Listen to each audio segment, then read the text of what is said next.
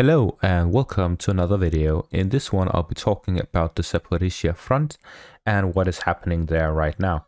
But first, a quick word from our sponsor. Get a 1-month free trial of Audible, which is Amazon's audiobook service. You get 1 free credit a month that you can use on any book, and that is other than the thousands of books already free on their website and or phone application. Sign up today using the link in the description. Thank you very much Amazon for sponsoring this video. So the focus here is that the Ukrainians are gathering a lot of troops to start a defensive operation. According to Ryber's latest update just a few minutes ago, the Ukrainians are expecting a large Russian offensive here in the region. This means that they are gathering a lot of troops as well as equipment, including Western supplied artillery and tanks, as well as other heavy equipment. So I decided to analyze the geographics of this front line, starting out with the city of Kamyansk. As you can see, there are multiple parts to this city. The first one is this western area with the bridge here, as well as this crossing that is very narrow here. It seems to be some kind of dam. So most likely what we will see is that this area will not be touched. Due to the narrow path, it is very easy to defend this area by the Ukrainians, so they just need a small contingent of troops and they will be able to hold this area. The main focus will be here in the eastern area by this river here. If you look closely, you see that this river passes through from this reservoir under this bridge, which is the E105 highway, and then into this area here, whereas there is some kind of labyrinth of waterways that goes through and eventually finishes up in this river here that goes to the east. So this river will be the main defensive line of the city of Kamyansk, of which the Ukrainians will set up positions here to the north, where they have a good overview of the river and will be able to protect it efficiently. We also see that if we look geographically, on the secondary map we see that there's actually an elevation that goes up here.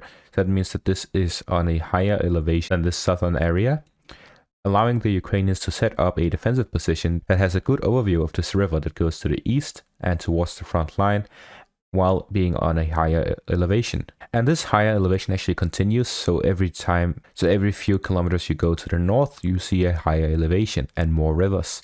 This means that this is actually a natural fortress for the Ukrainians, as they are able to make use of these elevations as well as the rivers to set up defensive lines, which allows the Ukrainians to get the advantage in form of geographics. While at the same time we are seeing this connection of villages that is connected by this road here, which allows the Ukrainians to set up a defensive position that follows this road and allows them to create this arch.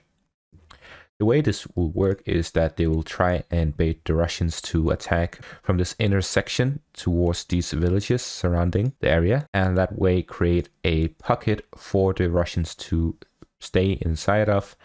And then they will try to close it by going down this road, by moving down this road towards Stepove, which the Russians currently control, allowing them to encircle all of these forces. So the way this will work is for them to hold this defensive position by Kamyansk and Mali Sherbaki, which will mainly be assaulted from the west here and from the east here. That is because if we go further south, there's also this elevation difference.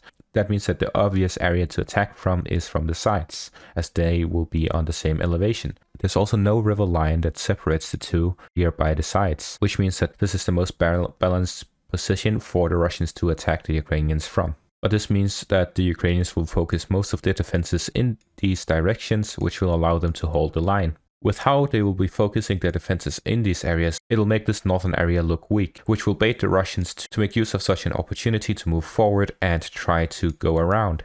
Which is why we will see the Ukrainians try to set up a defensive position along this road. The defensive positions will be focused around these villages, of which they will send contingents of troops around to oversee this elevation difference, allowing them to set up defensive positions in these high grounds where they will build bunkers as well as trenches, which will allow the Ukrainians to organize their forces and concentrate on one contingent of Russian troops at a time. This means that in this defensive position, the Ukrainians have the upper hand. The Russians' advantage here is that there is barely any forested areas or any areas where the Ukrainians can take cover in, which means that their air force as well as a large stockpile of drones will have easy pickings of the Ukrainian positions. So most likely what we will see is that the new air defense systems that is being sent to Ukraine, a large part of that will most likely be sent to this Zaporizhzhia area, as it will allow them to set up proper defensive positions that will be capable of shooting down Russian aircraft as well as drones that they've been using around Kiev recently. Most likely what the Russians are intending with that is to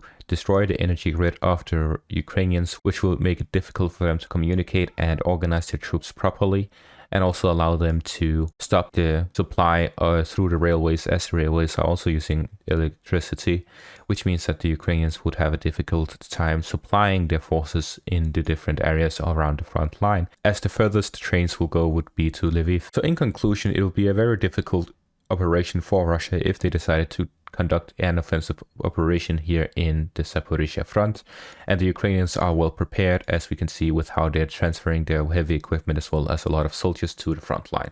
That's it for this video. Thanks for watching and have a great day.